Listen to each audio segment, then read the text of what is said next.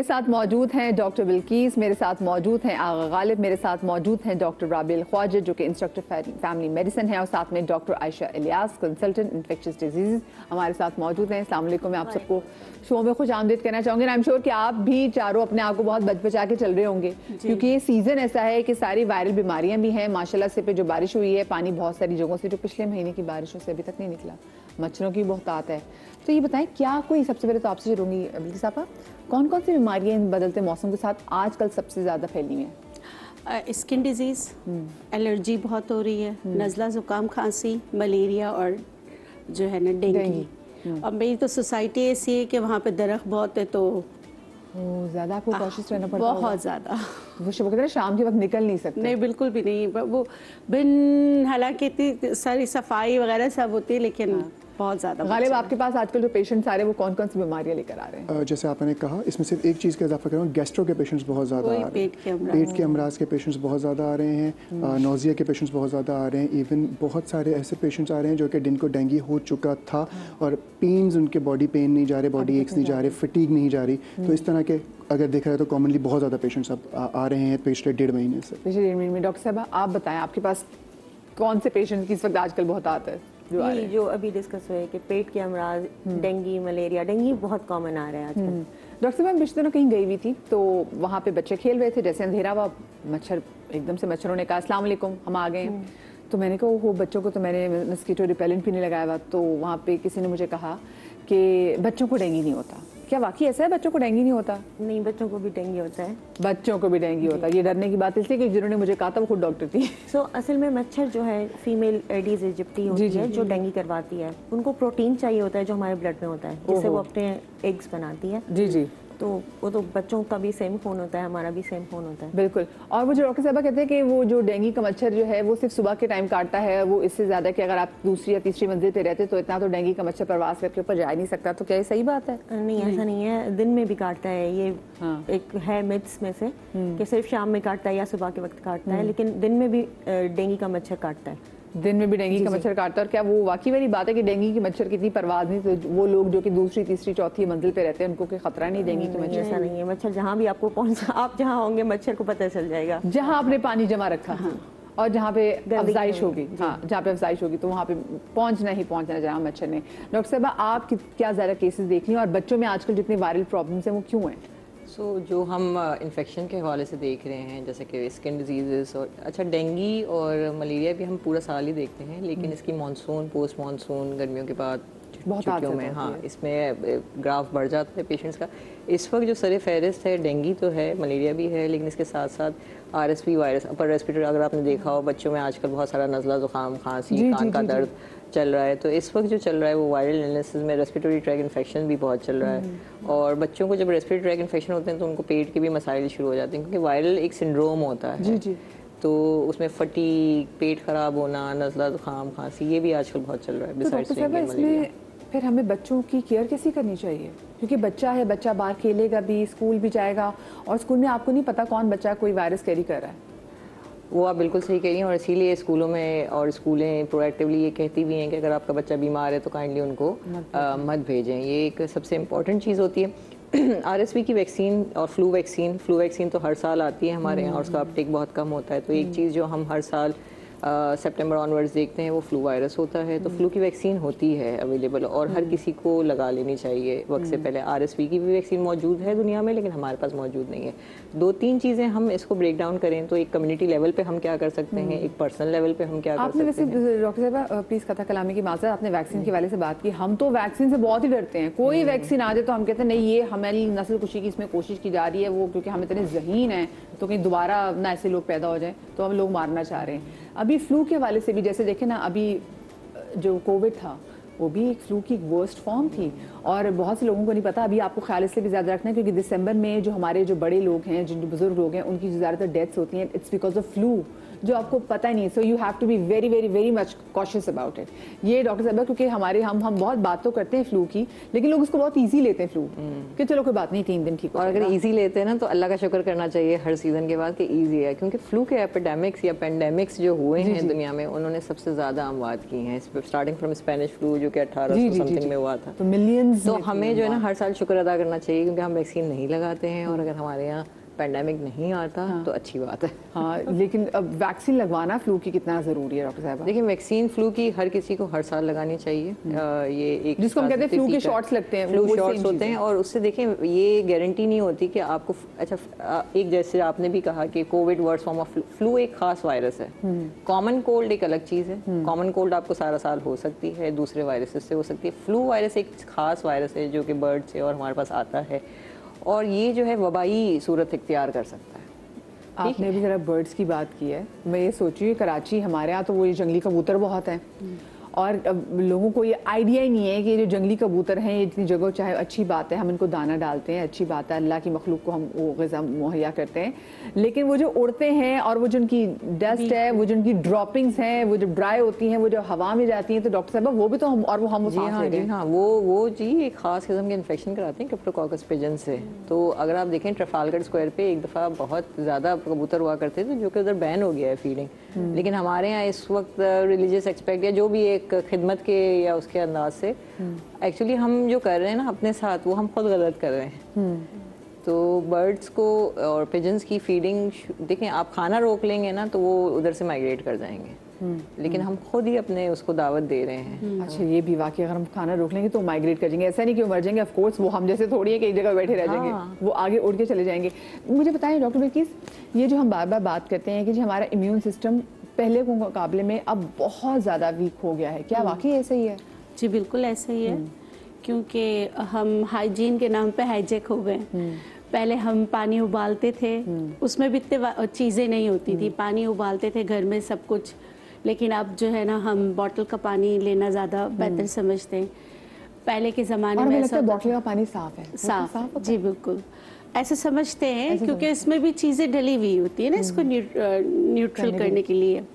अच्छा, दूसरा फिर प्रिजर्वेटिव्स आ गई हैं, क्योंकि अब हम किचन में इतना काम नहीं कर सकते, तो जो है ना फ्रोज़न चीज़ें आ गई हैं। अब आप देखें इम्यूनिटी की आप बात करिए, तो जब ये वायरस आया था तो सबसे ज़्यादा डेथ्स जो हुई थी वो यूरोप में हुई थी। क्या वो लोग सफाई पसंद नहीं है ना? हाँ, लेकिन सबसे ज़्यादा इटली वगैरह में देखे जगहें खाली हो गई थी, तो वहाँ पे हुई थी, क्योंकि हाइजीन का ख्याल तो वो लोग भी रखते हैं। हाँ, लेकिन वो जो जैसे जो हमारी जो एक मुसलमानों का जो एक तरीका है ना, वो क्योंकि ये हम बहुत ज़रा वहाँ पे जाके महसूस होता है मुस्लिम शावर नहीं, एक ऑफ कोर्स वो भी एक एलिमेंट इसमें है, क्योंकि हमारा जो पाकी नापाकी वाला सिस्टम है वो भी हमें काफ़ी एक तरह से फिल्टर कर देता है। बिल्कुल।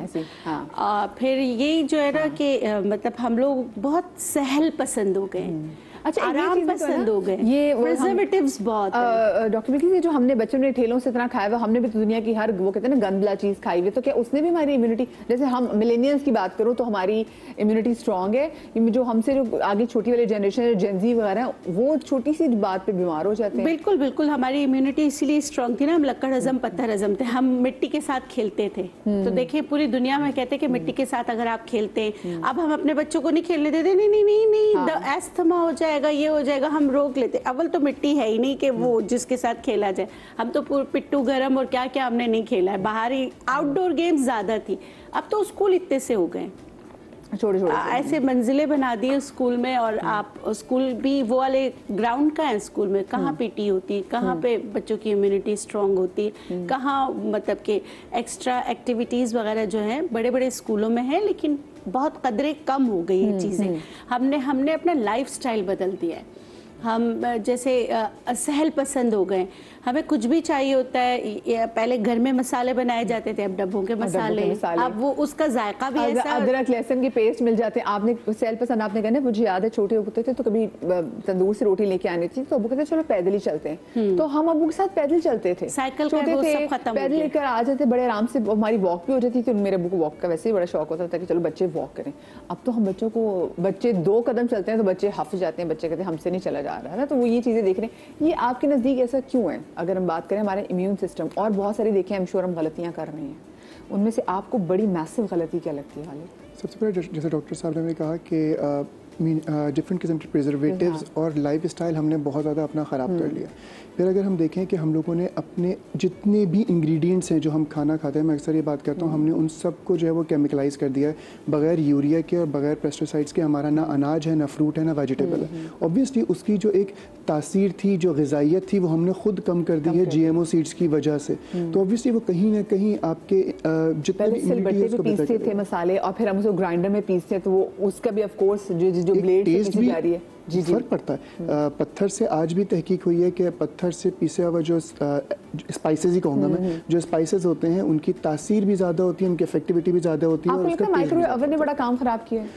जितनी भी रिसर्च है, देखें चीज़ें बहुत सारी ऐसी आई हैं जिन्होंने हमें आसानी पैदा की है हमारे लिए, लेकिन उनके साथ सबके लिए तो उसके साथ कुछ प्रिकॉशंस भी दिए हैं। माइक्रोवेव में प्लास्टिक का इस्तेमाल और डिफरेंट जो नॉन माइक्रोवेव बर्तन होते हैं उनका इस्तेमाल मना है, हमने बचपन से सुना है। आज अगर देखा जाए तो घर में काम करने वाली खवातीन भी और जो काम हाउस हेल्प होती है, हाउस हेल्प है, वो तो देखती ही नहीं है कि कर क्या रहे हैं। तो कुछ भी डालते, मैं तो अभी थोड़े दिन पहले नहीं रखते और उसके साथ पूरा पूरा पतीला रख दिया बगैर ढाके। मैं तो ये भी देखा है माइक्रोवेव जल गया क्योंकि साहब ने पूरा पतीला रख दिया। तो बहुत सारे प्रिकॉशंस होते हैं जो कि शायद हम लोग नहीं फॉलो कर रहे और वो बहुत बड़ी वजह। और फिर जब हम अपना ताल्लुक अपनी मिट्टी से ख़त्म कर लेंगे तो बहुत सारी बीमारियां आएंगी, ऑब्वियस सी चीज़ है। सही। अच्छा मुझे बताएं, ये हर साल हम देखते हैं कितना हुकूमत पाकिस्तान इतनी अवेयरनेस फैलाती है डेंगू से बचाव के लिए, मलेरिया से बचाव के लिए, पर उसके बावजूद डॉक्टर साहब ये केसेस हमारे कम नहीं हो रहे। वाई? प्रिवेंशन दो चीज़ें हैं ना, एक तो बीमारी हो जाए उसको सही से ट्रीट किया जाए, दूसरा है प्रिवेंशन। जो हमारा इंडिविजुअल लेवल पे प्रिवेंशन का काम है ना, वो मेरे ख्याल में लेकिंग है, गवर्नमेंट लेवल पे भी लेकिंग है। क्योंकि अभी मैं रास्ते में आते हुए कितने पॉट होल्स देखे हैं जहाँ पानी भरा हुआ था, जहाँ पे एक बहुत साजगार माहौल है, जहाँ पे मच्छर आपका ग्रो कर सकता है। तो वो तो हर जगह है। कल बारिश जो हुई है उसके बाद दोबारा से ये मज़ीद बढ़ेंगे। तो एक तो इंडिविजुअल लेवल पे जैसे बात हुई कि हम खुद अपना ख्याल कैसे रखें। एक बहुत ही कॉमन चीज़ें हैं कि आप जो भी बर्तन आपके भरे हुए हैं, जो आपके प्लांट्स हैं घर में, उनको आप या तो खाली कर दें, क्योंकि ये सीज़न ऐसा है ना जी। और उसको स्क्रब ऑफ करना होता है, सिर्फ खाली नहीं करना होता। जब आप स्क्रब ऑफ नहीं करते तो वो लार्वा जो है ना, उसके एग्स वो उस पॉट, उस पे जो भी पॉट है या जो भी बर्तन है उस पर लगे हुए होते हैं, तो वो ग्रो कर रहे होते हैं, चाहे बेशक आपने पानी उसका खाली कर दिया। You have to scrub it off ताकि वो क्लीन हो। ओके, ये तो मैं किसी ने बताया ही नहीं। ये तो अच्छी बात है। बहुत सी चीज़ें ऑफ कोर्स हम इस शो के थ्रू भी सीखेंगे। अच्छा मुझे बताएं, हमें पता कैसे चलता है, क्योंकि आजकल लोग हम देख रहे हैं कि लोगों में एकदम से वीकनेस बहुत ज़्यादा हो गई है और लोगों को बुखार होता है, तो वो बुखार जो लोगों के तकरीबन हफ्ते तक बुखार चल रहा है। अब लोग भी कंफ्यूज हैं कि हम, और डर भी रहता है कि ऐसा ना हो कि अगर हम अपना डेंगू का जाके टेस्ट कराएं तो वो एकदम पॉजिटिव आ जाए, फिर तो मलेरिया ना निकले, ना टाइफाइड निकले, क्योंकि बिकॉज ऑफ कोर्स टाइफाइड भी मौजूद ही है। तो अलामात क्या होती हैं एकदम से अगर हम फ़ौरन पकड़ लें? अच्छा, जो डेंगू के अलामात हैं उमूमन ये तीनों चीज़ें फीवर के साथ आती हैं जिनका आपने नाम लिया, डेंगू है, मलेरिया है या टाइफाइड है। लेकिन थोड़ा बहुत फ़र्क होता है जिसको हम डिफ्रेंशिएट कर सकते हैं, लेकिन ऑफ कोर्स लैब्स करा के ही हमें पता चलता है कि क्या है। सो पहली बात तो उसको हल्का ना लें कि आपको फीवर आ रहा है, तो आप प्लीज़ टेस्ट करवाएं। बगैर टेस्ट किए आप एंटी मलेरियल्स नहीं इस्तेमाल कर सकते। सो एंटी मलेरियल्स और not antibiotics, these are the medicine जो मलेरिया के लिए दी जाती हैं। जो मलेरिया का जो आपका एनोफिलीज मॉस्किटो जो आपको दे रहा है वो उसको मारना होता है ना। तो एक तो ये बात हो गई कि टेस्ट कराएं सबसे पहले। दूसरा, उमूमन जो डेंगू का फीवर है वो 2 से 7 दिन चलता है। अच्छा। और वो थोड़ी शिद्दत के आपको बॉडी एक्स होता है, उसके साथ वॉमिटिंग, एब्डोमिनल पेन, ये फिर बाद में कॉम्प्लिकेशंस आना अगर शुरू हो जाती हैं। लूज स्टूल्स के भी कई केसेस देखे गए हैं कि वो पेशेंट आता है, उमूमन बुखार, बॉडी एक्स, गले में दर्द है, इसके साथ आता है। अब ये बहुत कॉमन चीज़ है कि जो बिल्कुल। और बच्चों में तो हम 3 दिन कहते हैं कि 3 दिन अगर बच्चे का बुखार है तो ठीक है, उसके बाद उसको एंटीबायोटिक शुरू करानी है। लेकिन बच्चों में अगर ये आपको इतने शिद्दत से डेंगू आपको हुआ है तो 3 दिन में आप लेट नहीं उठ सकते। सो एंटीबायोटिक दोनों का कोई इलाज नहीं है, ना डेंगू का है ना मलेरिया का है, सिर्फ प्लेटलेट्स। देखिए ये कितना बाप को ख्याल रखना है, इलाज कोई नहीं है। सॉरी, एक चीज़ ऐड करूँगा, अक्सर पेशेंट जो है ना डिफरेंट किस्म के जो है वो पेन किलर्स लेके आ रहे होते हैं जो कि लिवर को और टॉक्सिक कर रहे होते हैं। उसकी वजह से बहुत सारी चीज़ें बिगड़ी हुई आती हैं, क्योंकि हम लोगों के यहाँ एक बहुत कॉमन सी चीज़ है कि सेल्फ मेडिकेशन करो, डॉक्टर के पास ना जाना पड़े। और वो गलत चीज़ होती है, कभी कभी आप बीमारी को बढ़ा देते हैं। वही वाली बात जो आपने कहा था ना कि एक तो सुस्ती, हम सेल पसंद, अलकस, सुस्त, खुद के डॉक्टर के पास जाएंगे तो डॉक्टर तो में मेडिसिन दे देगा ना, मतलब डॉक्टर को तो सवाब है ना मेडिसिन लिखने का। खुद से मेडिसिन नहीं ली, ब्रेक आ रही है? अच्छा नहीं, अच्छा नहीं, अभी टाइम है। अच्छा, मैं चाहूँगी मुझे डॉक्टर बिल्किस कि आप भी ज़रा किचन काउंटर की तरफ चली जाएं, साथ में हमें बता दें कि आप आज क्या क्या चीज़ें कर रही हैं, ताकि हम ब्रेक के बाद जब वापस आएँ तो लोगों के पास वो चीज़ें मौजूद हों और लोग अगर घर में बनाना चाहें तो लोग बना सकेंगे। जी, मैं मलेरिया डेंगी इसके लिए बताऊंगी कि घर में देखिए मलेरिया डेंगी होके गुजर जाता है, लेकिन बॉडी एक्स एंड पेन सब रहते हैं और काफ़ी अरसे तक रहते हैं। और फिर चिकनगुनिया भी तो आया जी, था। चिकनगुनिया इसके लिए, और नज़ला ज़ुकाम खांसी, और कौन सा फल इस्तेमाल करें कि आपकी इम्यूनिटी इतनी अच्छी हो कि आपको अगर डेंगी मच्छर काटे तो उसके नुकसान ना। मैं एग्जैक्टली वो फल देख ही रही हूँ क्योंकि ये फल हमने प्यार से तो कभी भी नहीं खाया, अलबत्ता तशद्दुद से ज़रूर खाया। हाँ, बिल्कुल। क्योंकि जो घर में, अच्छा फल कौन से खा सकते हैं, मुझे डॉक्टर साहब आप दोनों बताएं कि कौन सा फल इस वक्त हम बच्चों को दे, बच्चों की इम्यूनिटी स्ट्रॉन्ग करने के लिए? सही है। सो देखिए, 2-3 चीज़ें जो अभी मैं सुन रही थी, it's not just our immunity, हमने माहौलियाती जो तब्दीली हुई है, इसके अलावा एयर क्वालिटी इंडेक्स जो हमारा ख़राब हुआ है, this is all pack and parcel. जी, क्लाइमेट चेंज का पार्ट है। क्लाइमेट चेंज की वजह से ब्रीडिंग स्पेसेस ज़्यादा हो गई हैं, क्लाइमेट चेंज की वजह से बारिशें ज़्यादा हो रही हैं, शादी ज़्यादा हो रही है, तो ये भी, और इम्यूनिटी कम होना, आई एम नॉट श्योर कोई हमारे पास आर्बिट्री ऑब्जेक्टिवली ये नहीं है कि हमारे बच्चों की इम्यूनिटी कम हो गई है in there, but we are being exposed to a lot more viruses. Doctor साहब, अब लाहौर में आप देखें, आपने बहुत अच्छा किया जो एयर क्वालिटी इंडेक्स के वाले से आपने बात की, लाहौर का सब दुनिया भर का वर्स्ट है और अभी स्मॉग नहीं आई, अभी स्मॉग नहीं आई, अभी फॉग नहीं आई, तो अभी ये सिचुएशन है। तो यहाँ पे तो मेरे ख्याल से अब वो जो मास्क वाली चीज़ है बिल्कुल ऐसे ही है। और देखिए, ये चीज़ें सारी रिवर्स हो सकती हैं। चाइना की एयर क्वालिटी एक वक्त में बहुत दुनिया में ख़राब थी, लेकिन उन्होंने काम करके उसको बेहतर कर दिया है। तो मेरा ख्याल है कि it's an pack and parcel. हम सिर्फ अपनी इम्यूनिटी एक चीज़ पे काम नहीं कर सकते, it has to be an holistic approach कि सफाई रखें, हम क्लाइमेट चेंज को एक्चुअली सीरियस लें, ये मसले हैं। अच्छा, अर्बनाइजेशन, आपको पता है क्या, डेंगी मलेरिया ये जूनोटिक इन्फेक्शन है। जूनोटिक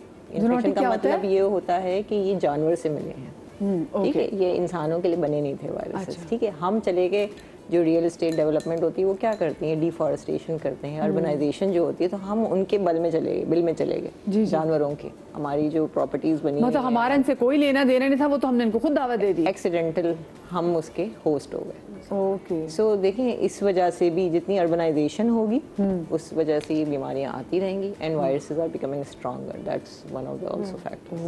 और वायरसेस अभी बहुत सारे, हम मजीद बात भी करेंगे। डॉक्टर बिल्कुल जल्दी से मुझे बता दें क्या क्या चीज़ें, एक तो आप फल बताएंगी जो मलेरिया से बचाता है, और इसके अलावा डेंगी हो जाए या आपको मलेरिया हो जाए तो उसके मतलब कि कौन सी मेडिसिन, हर्बल मेडिसिन है आप ले सकते हैं, बॉडी एक्स एंड पेन को भी कंट्रोल करेगा। हाँ, मुझे भी शदीद जरूरत है उसकी। बिल्कुल वो, और नज़ला ज़ुकाम खांसी और स्किन पे जो रैशेस वगैरह हो जाते हैं इस मौसम में, तो उसके लिए भी एक रेमेडी है, क्योंकि छोटे छोटे से दाने वाकई आए हुए और वो खुश्की भी, डैंड्रफ बहुत ज़्यादा बढ़ गई। छोटी सी ब्रेक ले रहे जी, ब्रेक के बाद हाजिर होते हैं।